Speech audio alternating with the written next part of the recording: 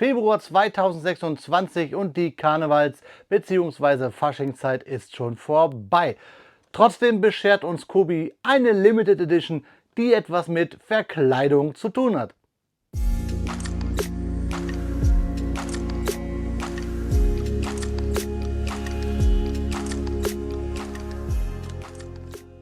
Willkommen in der Noppenklötzchenscheune.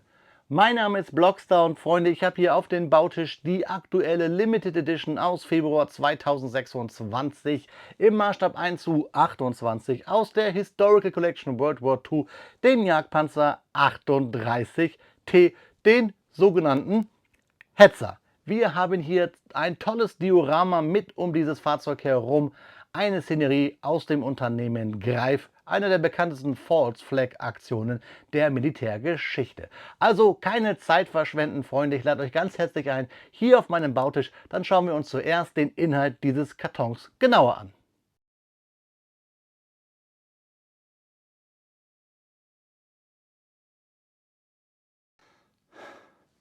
Da liegt die Limited Edition, die wir zum Februar 2026 von Kobi bekommen haben, auf dem Bautisch. Natürlich aus der Historical Collection World War II, denn wir haben den Jagdpanzer 38T Hetzer, das Set 2669, 900 Steine, 4 Minifiguren und eine Altersempfehlung ab 11 Jahren. Wir bekommen nicht nur den Hetzer, sondern wie gesagt 4 Minifiguren, ein Motorrad, ein Telegrafenmast, also eine Telefonleitung, ein Straßenschild sowie ein Tisch und viele Kisten, Kanister und Fässer.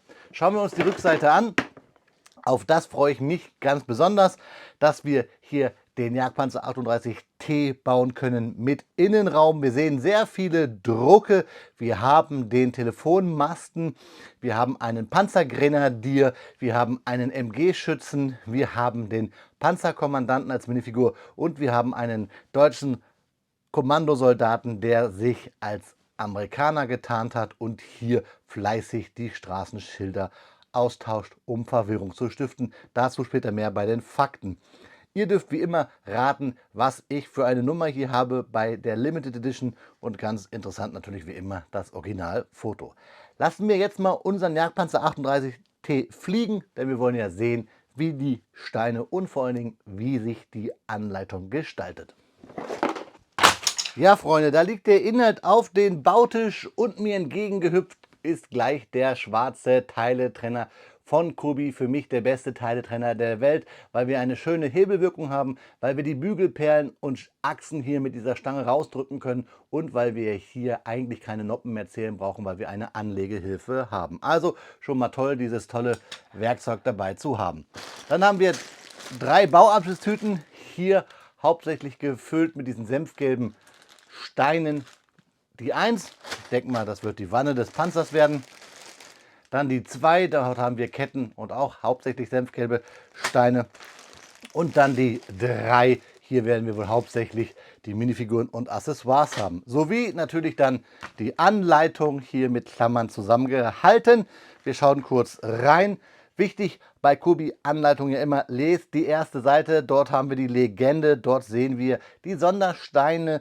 Jetzt nicht erschrecken, Sondersteine heißt, Kobi hat ja Steine, die so 100% kompatibel sind mit anderen Systemsteinenherstellern, aber in der Form und Funktion etwas abweichen. Manchmal gibt es eine andere Rundung, manchmal gibt es Kanten oder andere Winkel, schaut deswegen rein. Dann klemmen wir mit der Tüte 1 da drauf los, die schneiden wir auf, verteilen es auf Häufchen, in Schälchen, nach Farbe, Geschmack, wie immer ihr das wollt.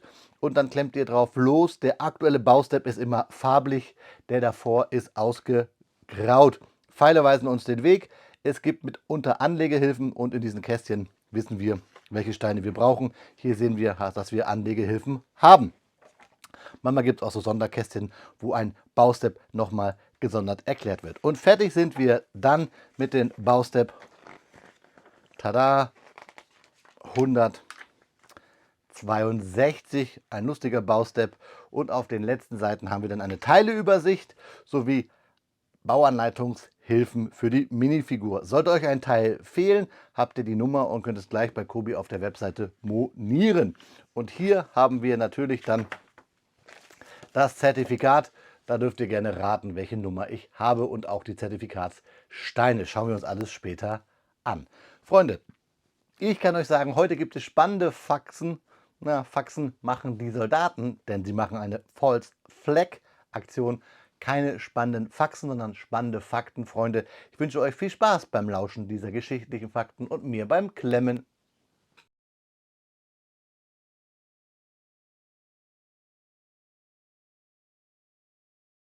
Speedbildzeit ist Faktenzeit und heute schauen wir uns eine der kühnsten und zugleich umstrittensten Spezialoperationen des Zweiten Weltkriegs an.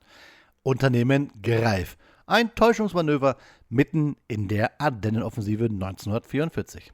Wir befinden uns im Spätherbst 1944. Die Westalliierten stehen nach dem Durchbruch aus der Normandie tief im Westen Europas. Das Deutsche Reich plant mit der am 16.12.1944 gestarteten Ardennenoffensive, im deutschen Sprachgebrauch Wacht am Rhein, einen letzten größeren Gegenangriff. Ziel ist es, die Front zu spalten, Antwerpen zu erobern und die westlichen Alliierten politisch wie militärisch zu destabilisieren. Antwerpen war ein wichtiger Nachschubhafen. Innerhalb dieses Großunternehmens wird eine spezielle Täuschungsoperation konzipiert, das Unternehmen Greif. Mit der Durchführung wird Otto Skorzeny beauftragt, ein Offizier, der bereits durch das Unternehmen Eiche zur Befreiung Mussolinis 1943 bekannt geworden war. Skorzeny erhält den Auftrag, eine englischsprachige Spezialtruppe aufzustellen, die hinter den amerikanischen Linien operieren soll. Hierfür wird im Oktober 1944 die Panzerbrigade 150 gebildet. Diese Brigade ist kein regulärer Großverband im klassischen Sinne, sondern ein speziell zusammengestelltes Kampfkommando. Die Basis bilden Teile aus Wehrmacht, Waffen-SS, Fallschirmjägern sowie Personal aus Nachrichteneinheiten. Insgesamt umfasst die Brigade rund 2500 bis 3000 Mann. Allerdings zeigt sich schnell ein Problem. Von diesen Soldaten sprechen nur etwa 150 bis 200 Mann ausreichend Englisch, um sich überzeugend als US-Soldaten auszugeben. Wirklich fließend beherrschen nur wenige Dutzend Englisch. Die Brigade wird in 3 Kampfgruppen gegliedert: X, Y und Z, mit jeweils eigener Infanterie, Pionieren und gepanzerten Elementen. Ihre Hauptaufgabe: in amerikanischer Uniform hinter die Front einzudringen, Verwirrung stiften, wichtige Verkehrsknotenpunkte sichern und, wenn möglich, Brücken über die Maas intakt in deutsche Hand zu bringen. Ein besonders spannender Punkt und für uns technisch interessant sind die umgebauten Fahrzeuge. Der ursprüngliche Plan sah eigentlich vor, eine größere Zahl erbeuteter amerikanischer Fahrzeuge einzusetzen. Jeeps, LKWs, M3 Halbkettenfahrzeuge und sogar Panzer von Typ M4 Sherman. Die Realität war jedoch ernüchternd. Es standen nur sehr wenige einsatzfähige Originalfahrzeuge zur Verfügung. Daher begann man mit Improvisation. Mehrere deutsche Fahrzeuge wurden optisch amerikanisiert. Besonders bekannt ist der sogenannte Ersatz M10. Hierbei handelt es sich um einen Panther Panzerausführung G, die äußerlich dem amerikanischen Jagdpanzer M10 Wolverine ähneln sollten. Man verschweißte zusätzliche Bleche, veränderte die Silhouette am Turm und versah die Fahrzeuge mit US-Sternen und Markierungen. Technisch blieb es natürlich ein Panther mit der bekannten 7,5 cm KWK 42 Kanone. Aber auf größere Distanz sollte er optisch für Verwirrung sorgen. Zusätzlich wurden Sturmgeschütze und Panzer IV mit US-Markierungen versehen, deutsche LKWs mit weißen Sternen bemalt und Kübelwagen als improvisierte US-Jeeps getarnt. Funkgeräte wurden angepasst, um amerikanische Frequenzen mitzuhören. Allerdings war die optische Täuschung nur begrenzt überzeugend. Die Proportionen deutscher Fahrzeuge unterschieden sich deutlich vom amerikanischen. Geschulte Soldaten konnten das bei genauerem Hinsehen erkennen. Einsatzbeginn war der 16. Dezember 1944. Mit Beginn der Ardennenoffensive rückten Teile der Panzerbrigade 150 in den Raum Malmedy-St. Vith und Richtung Hohes Venn vor. Kleine Kommandotrupps in US-Uniform durchbrechen die Linien, drehen Wegweiser, geben falsche Befehle, schneiden Telefonleitungen durch und leiten amerikanische Einheiten in falsche Richtungen. Hier entfaltet sich die eigentliche Wirkung vom Unternehmen Greif, nämlich die psychologische. Als die US-Armee erkennt, dass deutschsprachige Soldaten in amerikanischer Uniform operieren, breitet sich Misstrauen aus. Kontrollposten stellen plötzlich Detailfragen wie: Wer ist Babe Ruth? Wie heißt die Hauptstadt von Illinois? Und wer hat die World Series gewonnen? Selbst hochrangige Offiziere werden geprüft. General Eisenhower wird zeitweise in seinem Hauptquartier eingeschränkt bewegt, weil Gerüchte über ein mögliches Attentat kursieren. Die Panzerbrigade 150 selbst sollte ursprünglich als Speerspitze agieren, sobald Durchbrüche erzielt wären. Doch die Ardennen-Offensive kommt schneller ins Stocken als geplant. Der Widerstand der US-Truppen, insbesondere bei Bastogne, sowie Treibstoffmangel und alliierte Luftüberlegenheit zum Ende bremsen den deutschen Vormarsch erheblich. Die Brigade wird schließlich als reguläre Kampftruppe eingesetzt, was eigentlich nicht ihrem ursprünglichen Zweck entsprach. Ihre getarnten Fahrzeuge verlieren damit weitgehend ihren strategischen Sinn. Die als Ersatz M10 getarnten Panther kommen nur begrenzt erfolgreich zum Einsatz. Sobald sie feuern oder näher identifiziert wurden, war die Täuschung beendet. Letztlich konnten sie keinen entscheidenden operativen Vorteil erzielen. Ein heikler Aspekt: der Einsatz feindlicher Uniformen ist völkerrechtlich problematisch, insbesondere wenn darin gekämpft wird. Mehrere gefangen genommene Angehörige der Greifkommandos werden vom US-Militärgerichten verurteilt. Insgesamt werden 18 Soldaten hingerichtet, da sie als Spione eingestuft werden. Skorzeny selbst wird nach dem Krieg im sogenannten Dachauer Prozess 1947 angeklagt, jedoch freigesprochen. Das Gericht argumentiert, dass Täuschung grundsätzlich zulässig sei, solange vor Kampfbeginn die eigene Uniform wieder getragen werde. Ein juristisch komplexer Punkt. Militärhistorisch wird das Unternehmen Greif heute als taktisch gewagt, aber operativ überschätzt bewertet. Der tatsächliche Einfluss auf den Verlauf der Ardennen-Offensive war sehr gering. Die Maas wurde nie erreicht, Antwerpen blieb in alliierter Hand. Was jedoch bleibt, ist die Erkenntnis, wie stark psychologische Effekte in modernen Krieg wirken können. Eine vergleichsweise kleine Anzahl getarnter Soldaten löste auf alliierter Seite enorme Unsicherheit aus. Unternehmen Greif war damit weniger eine Entscheidungsschlacht, sondern ein Beispiel für frühe Spezialkräfteoperationen, Improvisation unter Ressourcenmangel und die zunehmende Verzweiflung der deutschen Führung im Winter 1944. Und deshalb ist die Operation historisch so spannend. Sie zeigt nicht nur militärische Kreativität, sondern auch die Grenzen von Täuschung, wenn Logistik, Material und strategische Lage nicht mehr mithalten können. Und damit sind wir wieder am Ende der Faktenzeit angekommen. Wenn euch solche tiefgehenden militärhistorischen Analysen interessieren, mit Technik, Taktik und Hintergrund, dann wisst ihr, wo ihr richtig seid. Denn ihr wisst es ja, Speedbildzeit ist Faktenzeit.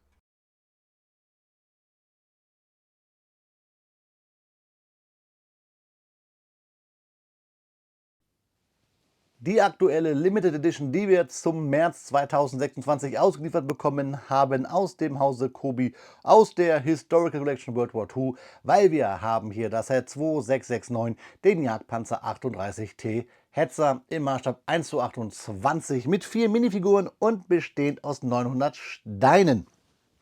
Parallel dazu habe ich euch mal den Jagdpanzer 38T aus 2021 mit auf den Bautisch gestellt. Die 2557, damals 672 Steinchen, 49,99 €, dafür damals mit 5 Minifiguren und einer Ruine.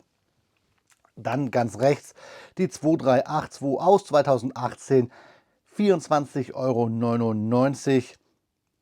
Auch ein Jagdpanzer 38T Hetzer. Alle sollen Maßstab 1:28 sein. Ich denke mal, die Version fällt da etwas raus. Interessant, bevor wir jetzt richtig einsteigen, könnt ihr schon mal sehen, die Bautechniken. Hier haben wir Hinges von oben, hier Hinges von unten, wenn es um die Schräge geht. Und ich kann euch jetzt schon mal spoilern, dass ich finde, dass die aktuelle Version hier die beste ist, was das Thema Jagdpanzer 38T angeht von den Formen. Schauen wir uns aber gleich noch an. Ja, 2 Stunden und 40 Minuten habe ich gebraucht, um dieses Set zu bauen in seiner ganzen Gänze, aber ich habe es nicht komplett gebaut, denn ich habe hier die Schnüre vom Stromleitungs-Telegraphen-Telefonmasten nicht angebracht. A, sind das hier diese Schnüre, die so leicht in einer klebrigen Masse getränkt sind. Und ich wollte sie nicht anbringen, weil A, es wäre mal schön, welche für die Reserve zu haben, weil ich finde, man braucht sie nicht unbedingt. Aber B, hat es auch damit zu tun, dass wir hier schwarze Studs haben, während wir auf dem Karton so weiße, graue angedeutet haben. Wir schauen uns gleich die Anleitung an. Es sind laut Anleitung tatsächlich schwarze, auf dem Karton allerdings weiße bzw. graue.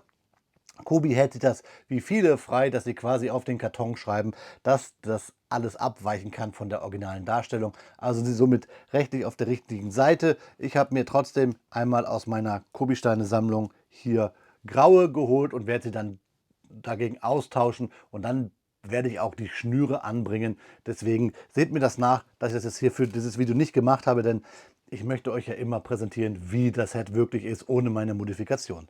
Dann, wenn wir bei Steinen sprechen, diese Steine haben wir über, also ein Kettenglied, ein paar Bars, ein 1x1er Steinchen, einen Haken und den Bügelperlenapplikator.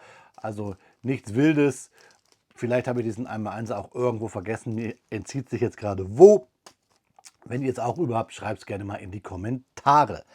Ja, das Set besticht eigentlich durch sein ganzes Zeug drumherum. Ich habe euch gerade gesagt, die 2670, die normale Variante, 735 Steinchen, eine Minifigur, aber auch einen in Anführungszeichen Hetzer.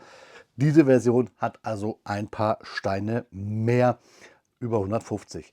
Was sich natürlich an den Minifiguren niederschlägt, an den Tisch, an den Wegweiser, an den Mast und natürlich auch hier an den Motorrad. Und wir schauen jetzt einmal kurz in die Anleitung, damit wir kurz mal rüber flitzen können, wie ist der Bau eigentlich. Der ist sehr gut, lässt sich super wegbauen, das Fahrzeug. 11 Jahre finde ich aufgrund der geschichtlichen Einordnung und der Kleinteile wegen den Figuren und so weiter auch ganz in Ordnung.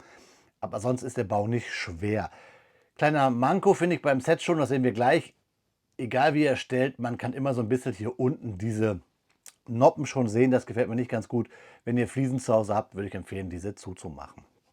Ja, Kartondesign, Inhalt, das ist alles gleich. Ich gehe mal gleich auf die letzte Seite, weil ich euch diesen Mast hier zeigen wollte, damit ihr seht, dass auch in der Anleitung es wirklich schwarze Steine sind. Wie gesagt, auf dem Artwork sind es andere, hellere, und so schattiert kann das gar nicht sein, dass man hier zwischen schwarz und weiß so schlecht unterscheiden kann. Ja, aber wir wollten über den Bau sprechen und ja, typisch Kobi, wir bauen unten liegend wieder den Rahmen, also auf dem Boden liegend quasi, bauen dann mit Brackets Noppen nach oben, auf denen wir den Rest dann aufbauen können. Und so bauen wir eigentlich ziemlich auf, schön detailliert. Das kann ich euch jetzt schon mal sagen, das Fahrzeug hat viele Details, auch bunte Details. Wir sehen hier die Antriebswelle, hinten Motorkühlung, schwarzer Fahrersitz und so weiter und so fort. Und so geht es immer weiter und es wird immer bunter innen drin. Und hier sehen wir auch, wir haben Hinges von unten für diese Schräge und wir haben auch neue Steine bei Kobi, die ich so noch nicht gesehen habe. Vielleicht mit einem Flugzeug übersehen, das kann sein. Aber hier vorne dieser Stein bei der 100, diese Schräge hier, meine ich, so noch nicht gesehen zu haben. Vielleicht täuscht es aber auch. Vielleicht täuscht es auch. Schreibt eure Meinung gerne mal in die Kommentare. Also, leicht zu bauendes Set, kann ich euch jetzt schon mal sagen. Dann die 163 ist meine Limited Edition, unterschrieben vom Kobi-Chef, der meiner Meinung nach immer noch den besten Job der Welt hat. Besten Job der Welt hat auch der Typ gemacht, der diesen Kobi-Teiletrenner designt hat. Der gefällt mir richtig gut. Das ist mein liebster Teiletrenner. Hier bis 16 können wir die Noppen abzählen, wenn wir anlegen. Super Hebelleistung und mit dieser Stange können wir Bars rausdrücken oder auch sogar Bügelperlen draufbringen. Und ja, mit dieser Kante können wir sehr gut Aufkleber aufbringen oder halt auch Kobi-Steine trennen, denn das geht ganz gut. Ja, wo fangen wir eigentlich an? Es gibt so viel zu sehen. Mit dem Fahrzeug vielleicht zum Schluss. Fangen wir an mit dem, wo wir vorhin auch schon drüber geredet haben, nämlich hier unseren Strom, Telegraphen, Telefonmasten. Schöne kleine Szenerie, typisch diese Kobi Baumstammteile, die man immer so ein bisschen ja, aufpassen muss, dass man sie in der richtigen ja, Verkerbung, sag ich mal, baut, damit es auch wirklich wie ein Baum aussieht. Sonst sieht es aus wie aus Einzelteilen, wie es halt immer ist. Ich kriege es immer nicht so gut hin. Schön ist hier der Druck, Drive Slowly. Also als hätte schon jemand geahnt, dass da vielleicht, man gibt ja so Geschichten, die Wehrmacht auf den Rückzug Drahtseile gespannt hat und so weiter. Also schöne kleine Szenerie. Hier grüner, dunkelgrüner Untergrund für Plates, Pflanzenteile. Also das macht was fair und ich glaube, wenn ich hier dann später die ausgetauscht habe, hier die grauen Kondensatoren, sage ich mal, dann mit den dann runterhängenden Fäden sieht es wahrscheinlich ziemlich cool aus. Richtig cool sieht auch aus natürlich das Verkehrszeichen, Diorama, so nenne ich es mal, mit unseren Kommandosoldaten hier in amerikanischer Uniform, der die Schilder austauscht. Die sind schön bedruckt, hier so schwarz, dunkelblau, mit den typischen Barteilen hier schwarz, weiß, diesen Pfosten gemacht und dann hier ein Stein und auch eine grüne Grundplate und einen amerikanischen bzw. deutschen Kommandosoldaten in amerikanischer Uniform, der das Schild hängt bzw. hält oder abhängen will. Da haben wir die Figur, typisch diese amerikanische Weste mit ja, in dieser Winterzeit unten runter sieht man dann noch die deutsche Uniform Ihr habt es ja gerade bei den Fakten gehört. Schöne Drucke auf jeden Fall. Die Rückseite ist dann nicht bedruckt und er hat hier seinen M1 Karabiner der US-Armee. Also dafür waren dann doch noch Bestände da bei der Wehrmacht. Ja, und dann das Typenschild, das wir hier mit so einem Bolzen so bereit machen, dass er das in die Hand halten kann. Nicht Typenschild, sondern Verkehrszeichen. Das ist das richtige Wort. Ja, man kann ihn auch gut aufnoppen. Kubi-Figuren hinzustellen, ist ja immer so eine Sache. Deswegen hier gut aufnoppbar und dann noch so weit gehört dazu, da das Grünzeug und fertig haben wir unser kleines Mini-Diorama. Und ihr habt schon gehört, hier ist ein bisschen runtergefallen. Warum? Ja, weil wir hier so viel Kleinzeug haben. Und das nehme ich jetzt mal so einzeln in die Hand und zeige es euch ganz schnell. Wir haben hier den Motorträger für den Motor, der im Hetzner verbaut ist. Typisch diese Kobi-Bauweise, laserbedruckt, Prager AC2 Motor zeige ich euch gleich. Passt super easy drauf.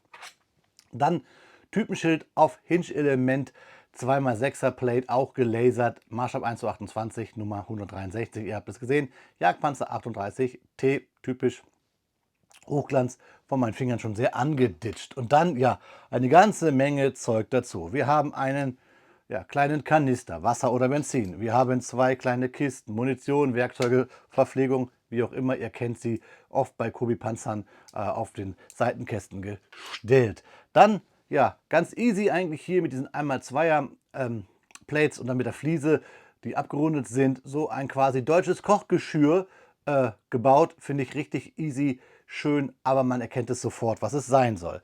Dann haben wir ja, Benzin. Benzin war das Thema, gerade bei der Den-Offensive. 2 Kanister, gut, kann auch Wasser sein. Aber wir haben noch mehr, denn der Tisch steht drauf. Dann haben wir einen Bottich, in den ich 2 Stab-Handgranaten gepackt habe, weil sie sonst rumgeflogen wären. Da Stielhandgranaten und ein Karabiner K98 der Wehrmacht, sowie, hier fliegt sie rum, eine Flasche, ja, die wir auch eine der Figuren in die Hand drücken könnten, wenn sie nicht schon so viel in der Hand hätte. Dann, ich versuche mal den Tisch hier so hoch zu heben, ohne dass es runterfällt. Haben wir eine Holzplatte mit 2 großen Kisten, ein Funkgerät und 2 Emaillebechern aus Metall-Look. Das gefällt mir und ja, da fällt es runter. Also ziemlich viel Zeug und hier eine große Holzplatte zusammengebaut aus mehreren dieser Teils mit der Maserung. Finde ich richtig gut, kann man immer gebrauchen. Und dann ja die noch dazugehörigen als Tischbeine benutzten Fässer. Also 4 Fässer in der Zahl, ziemlich viel Kleinzeug für alle, die halt gerne ihre Figuren aufpimpen und Dioramen bauen. Genau das Richtige. Ich schiebe es mal hier an die Seite und dann steigen wir auch gleich ein in die Figuren. Wir haben es ja schon ein bisschen gemacht mit unseren Kommandosoldaten. Eine Figur fährt einen Krat, ein BMW oder eine Zündab, hier in diesen auch Senfgelb, typisch militärisch, das Licht hier in der militärischen Nutzung, 2 Kanister, typische Kubi-Formteile kennen wir schon so, hat ein Formteil, dieses Formteil, das Motorrad steht ohne Ständer. Da drauf soll laut Bild dieser Soldat, der mir richtig gut gefällt, mit seinem Sturmgewehr 44, mit den typischen Munitionstaschen, mit dieser Erbsentarnjacke, wendemäßig, darunter auch so ein grünes Hemd, das aussehen könnte, als hätte er vielleicht die amerikanische Uniform darunter. Zigarette im Mund, ob Beute oder eigene, Eckstein oder dann doch Lucky Strike. Dann hier dieser Erbsentarn-Look, der gefällt mir richtig gut. An den Seiten auch die Arme bedruckt mit Erbsentarn und dann hinten dieser Y-Riemen, Wendejacke und dann Gasmaskenbehälter und Wasserflasche, dieses typische Kobi-Formteil. Also tolle Figur. Generell würde ich euch gerne mal zu den Tarn-Versionen der Figuren von Kobi mal ein extra Video machen oder ein Short. Ich habe da einige Figuren, da könnt ihr mal die Evolution so ein bisschen sehen. Diese Figur freut mich hier am meisten mit dem MG42, deswegen, liebe Kamera, mach mal scharf. Erstmal schön dieses neue MG42 von Kobi, dann aber so simpel gedacht, Munitionsbehältnis hier, eine Kiste, nämlich einfach nur eine 1x1er Plate und dann diese Plate mit Griff oben. So easy kann es sein, damit es realistisch aussieht, das gefällt mir. Und realistisch ist auch wieder toll, dass wir hier alles bedruckt haben. Wir haben hier den Patronengurt um auch diesen Erbsentarn. Einmal komplett hinten auch, sehen wir es an der Jacke, da, diesen Patronengurt, da seht ihr es. Auch Y-Riemen, dafür dann hier graue Gasmaskenbehälter und Wasserflasche, die Hose auch auf der Rückseite bedruckt. Das Gesicht mit so einem Schlauchschal, richtig cool und auch der Helm. Also die Figur hier ist super, ist mit die beste, finde ich, in diesem Set und eine der besten seit langem, wobei Kobi da wirklich in jedem Set, gerade Limited Edition mäßig, sehr viel raushaut. Ja, kommen wir dann zu unseren Tanker. Auch hier weiße Jacke, darunter auch grünes, ja, Feldhemd, würde ich mal sagen. Aber auch da könnte man spekulieren, ob das nicht vielleicht auch eine amerikanische Uniform sein sollte.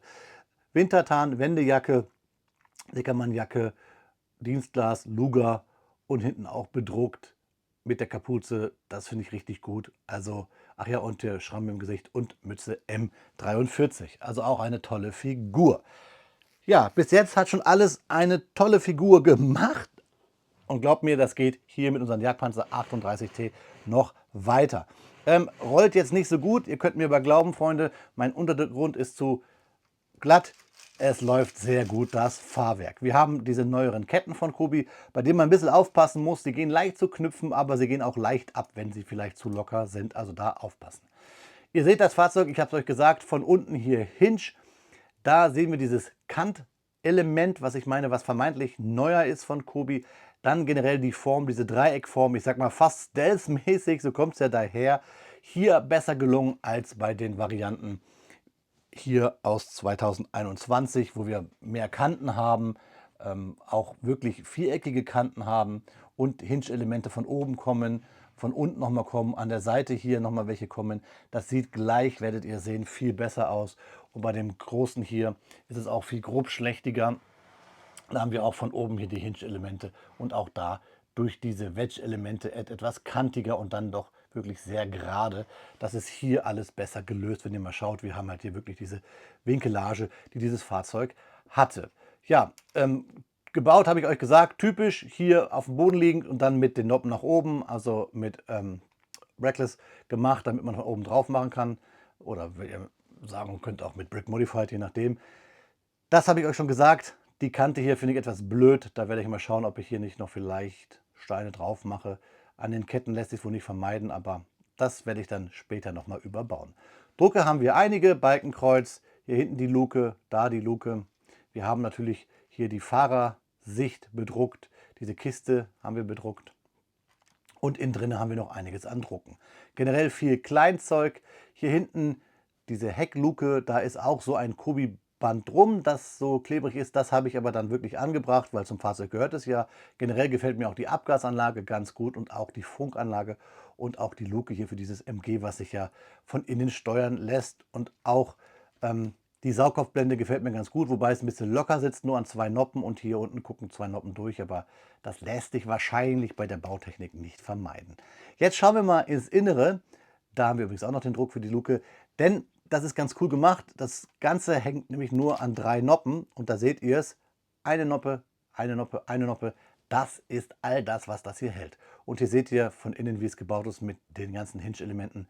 Richtig, richtig cool, gefällt mir. Da ist der Motor, das habe ich euch gesagt, relativ easy. Der hängt nur an zwei Noppen. Da ist er, der gefällt mir auch ganz gut, weil der Metallic-Steine hat, weil er hier oben bedruckt ist. Er hätte vielleicht ein paar mehr Drucke haben können, aber er gefällt mir ganz gut und lässt sich dann auch gut hier auf unsere Plate drauf stellen. Schaut mal, Freunde, von innen. Das Fahrzeug, ich habe gesagt, sehr bunt, aber sehr realistisch. Hier Batterieelemente, hier die Kühlung, generell hier der Motorraum. Da der Sitz für den Kommandanten, glaube ich, angedacht, eigentlich sehr eng in diesem Fahrzeug. Ich verlinke euch ein Video von der Säbelzahnmöwe aus dem Inneren eines Jagdpanzers 38T. Da seht ihr, dass hier Kobi schon, was das hier angeht, sehr, sehr nah dran ist. Natürlich im Maßstab etwas alles reduziert. Da haben wir Munition, da haben wir die Steuerelemente für den Fahrer, Okular für den Richtschützen, das Geschütz, was auch diesen Fangkorb hat, Kiste und ja, der Sitz hier oben für den Kommandanten. Also ein ja, beengter Kampfraum, aber der sehr gut gelungen ist. Sehr bunt, aber sehr realistisch, wie ich finde, auf diesen Maßstab. Ja, also ein tolles Fahrzeug, der beste Jagdpanzer 38T bis dato. Und Freunde, wie gesagt, ich werde euch die 2670 im Review auch noch einmal zeigen. Ich baue jetzt alles wieder zusammen, dann bekommt ihr Detailbilder und dann schauen wir uns zum Abschluss noch einmal in die Augen, liebe Freunde. An dieser Stelle eine kleine Danksagung an alle Kanalmitglieder, die mir helfen, diesen Kanal algorithmustechnisch zu pushen und auch den Kanal auf eine breitere finanzielle Basis stellen. Vielen lieben Dank für jeden einzelnen von euch, aber auch ein generelles Danke an jeden Kommentarschreiber, an jeden, der die Videos guckt, an jeden, der einen Daumen hoch gibt, an jeden, der ein Video liked. Vielen lieben Dank an die gesamte Blockstar-Community. Ihr seid die Geilsten. Wenn es Detailbilder gibt, gibt es auch nochmal faktentechnisch Nachschlag. Natürlich sprechen wir nochmal über den Panzer 38T. Dieser entstand 1944 in einer Phase, in der Deutschland dringend einfache und kostengünstige Panzerjäger benötigte.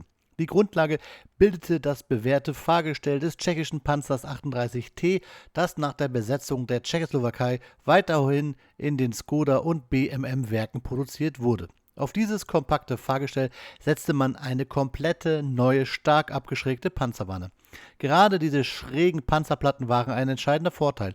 Die Frontpanzerung war bis zu 60 mm stark und durch den Winkel deutlich effektiver als bei vielen älteren deutschen Fahrzeugen. Trotz seiner relativen kleinen Größe bot der Hetzer, wie er umgangssprachlich später genannt wurde, damit einen überraschenden Schutz. Die Hauptbewaffnung war die 7,5 cm Pak 39 L48, eine leistungsstarke Panzerabwehrkanone, mit der der Jagdpanzer auch alliierte Sherman- oder T-34 Panzer der Sowjets auf typische Kampfentfernungen bekämpfen konnte. Ergänzt wurde die Bewaffnung durch ein ferngesteuertes MG34 auf dem Dach des Fahrzeugs. Die Besatzung bestand aus 4 Mann, Fahrer, Richtschütze, Ladeschütze und Kommandant. Der Innenraum war allerdings extrem eng, was ihr im Modell schon gesehen habt, was die Arbeit der Besatzung nicht gerade angenehmer machte. Zwischen 1944 und 1955 wurden 1945 wurden rund 2800 Fahrzeuge gebaut. Eingesetzt wurde der Jagdpanzer 38T vor allem an der Ostfront, aber auch während der Ardennenoffensive und in den letzten Kämpfen auf deutschem Reichsgebiet. Das Fahrzeug sollte zu 1000 Einheiten im Monat produziert werden und alle Großkampfpanzer wurden eingestellt aufgrund dieses Fahrzeugs. Das zeigt, wie wichtig dieses Fahrzeug dann doch für die deutsche Rüstungsindustrie war und man doch gemerkt hat, dass Quantität doch vor Qualität geht. Sein Konzept, klein, niedrig, gut gepanzert und mit einer starken Kanone ausgestattet, machte den Hetzer zu einem der effektivsten deutschen Panzerjäger in der späten Kriegsphase, wobei so viele auch nicht mehr da waren. Nach dem Krieg nutzte auch die Tschechoslowakei oder die Schweiz das Fahrzeug weiter, teilweise sogar mit neuer Bewaffnung. Ein kleines Fahrzeug also, aber mit einer überraschenden großen Wirkung auf dem Schlachtfeld und ein Meilenstein in der deutschen Panzergeschichte. Ja, Freunde, da ist das Video schneller vorbei als, ach, wie mache ich eigentlich was vor? Eigentlich finde ich, sind meine Videos viel, viel zu lange. Es sind immer fast 30 Minuten und ich bin der Meinung, das kriege ich auch komprimierter schneller hin. Ich habe ein paar Videos noch in der Mache, die nach diesem bekannten Prozedere bei mir hier immer um die 30 Minuten noch hergestellt sind. Danach werde ich aber versuchen, für euch das alles mal etwas mehr zu komprimieren. Natürlich soll die Qualität nicht leiden, aber ich denke, es gibt da ein, zwei Stellschrauben. Dazu könnt ihr mal eure Meinung in die Kommentare schreiben. Und wir kommen mal zu dem, was es eigentlich am Ende eines Videos immer sein sollte, mal ein echtes Fahrzeug. Meiner Meinung nach, also rein subjektiv, so wie ich es empfinde. Wir haben eine ganze Menge bei dieser Limited Edition mit dabei. Viele Accessoires für jeden Diorambauer, für jeden Kobi-Sammler, der gerne Geschichten nachstellt. Genau das Richtige. Ich orientiere mich immer so grob an 100 Teile 10 Euro. Das ist leider die Realität bei Kobi und somit ist der Preis von 80 Euro auf 900 Teile auch ganz in Ordnung, vor allen Dingen bei 4 Minifiguren. Wir haben also hier mal wieder eine Limited Edition, die auch wirklich ihren Preis wert ist, finde ich. Und vor allen Dingen ist dieses Fahrzeug, der Jagdpanzer 38T, hier der beste, den Kobi bis jetzt auf den Markt gebracht hat. Fehlt eigentlich nur noch eine richtige Version im Maßstab 1:35.